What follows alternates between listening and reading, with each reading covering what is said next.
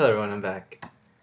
Like I said last week, that you would see what my punishment would be this week, but thanks to, I don't know, I guess a busy Thanksgiving schedule, Team 12 was unable to administer my punishment. So when I go back for winter break, I guess it's gonna happen. Maybe they forget. I guess it's not a good idea mentioning here. How is it? We'll see what happens. But yeah, I guess we'll see what happens. Yeah. Now, today's lesson will be about butterflies. Why butterflies? It's because it's on special request from my friend Alexis Lynn Gable. I don't know why she chose butterflies. She didn't even give me a specific type of butterfly to go on, so I'm just gonna teach you guys about butterflies in general. Okay, first thing first, you might want to know the butterflies that come from the order Lepidoptera. And this order includes butterflies and moths. And as some of you may know from experience, butterflies and moths life cycle includes the little tiny egg, then they evolve into a larva, a caterpillar, a pupa, and then they are an adult butterfly or moth. Now, I'm sure most of you guys probably are familiar with this. I know myself am familiar with this because they had me raise a butterfly back in elementary school. It kind of just chilled on my desk instead of the little soda bottle thing. I didn't have to do anything but put water in a sponge, collect leaves, feed it, and then I just set it free when it became a butterfly. It was like the whole school had butterflies. We all let it go. It was like a giant cloud of butterflies just flying away. I guess they didn't love us parents. Maybe we were all horrible parents. But the earliest fossils of a butterfly can be dated back to the Eocene epoch, which was about 40 through 50 million years ago. Now, that's not that old. I didn't think they'll be old. Kind of expected a little bit older than this. They weren't even around with the dinosaurs. They happened after the dinosaurs, if they are only 40 or 50 million years ago old. So minus at our time, I kind of expected him to be there. Maybe it's because of that movie, The Butterfly Effect. Didn't get to see it, but didn't the guy like change the whole history because he stepped on a butterfly in like the Jurassic or something? Clearly, Hollywood lied to us.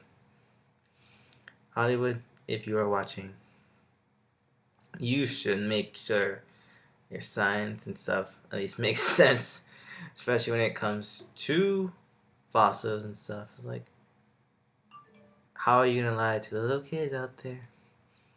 I'm talking to you, Terra Nova.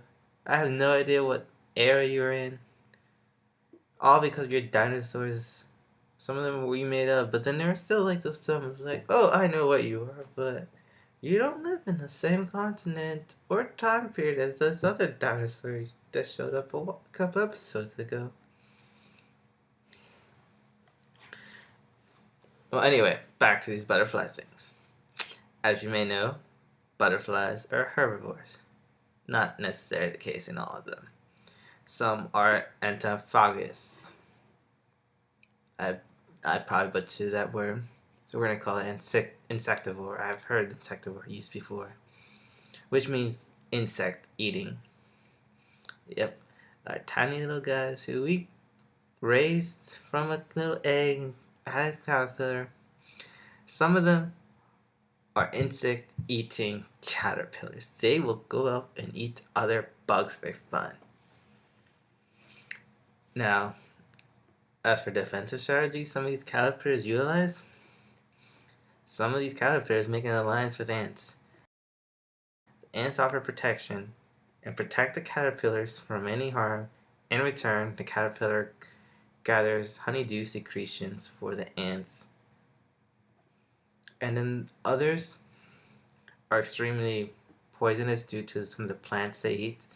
And even others still can squirt out that digestive acid at would-be predators. But the most common defense strategy is to look like something else. Some caterpillars look like bird droppings, others just look like twigs, and others try and look like a snake. Some of these predators need to get smarter. I don't know. It still doesn't look like a snake. And if it does look like a snake, it's a pretty small snake. I think I can take it off if I was a predator and I was hungry for a caterpillar. Now, the caterpillars may go on eating a lot of things, and there might be good reasons for some of them to never stop eating, because some moths actually do not have mouths. So they have to live off on just the pure energy they stored up as a caterpillar. As soon as that's gone, they're good and dead. It's a good thing they don't have long lifespans. But now it makes sense on why they seem like such gluttons, just chilling around, eating leaves, just eating everything in sight. Now I understand. I'm sorry for thinking you guys were just very fat and wanted to eat everything. You grow up and you end up losing your mouth and never eat again. If that was the case, I would indulge myself in all kinds of foods. Pumpkin boil, taquitos, anything I found delicious and I'm gonna miss, I would just go all out and eat it. Here's to you, moths who lose your mouth. Well then, I guess this concludes my video for today. Team 12, when I get back from winter break, we need to do a group video because it's weird just talking to myself. I want you guys to start putting your own input. I know you guys have stuff to say about shoes and sports. I'm sure there are people who want to know and know your opinions. Maybe you have good opinions. Maybe you guys are probably funnier than me. We can combine, make a good comedy, because they can't make a one comedy thing without something to go off of. So, I'll see you all later.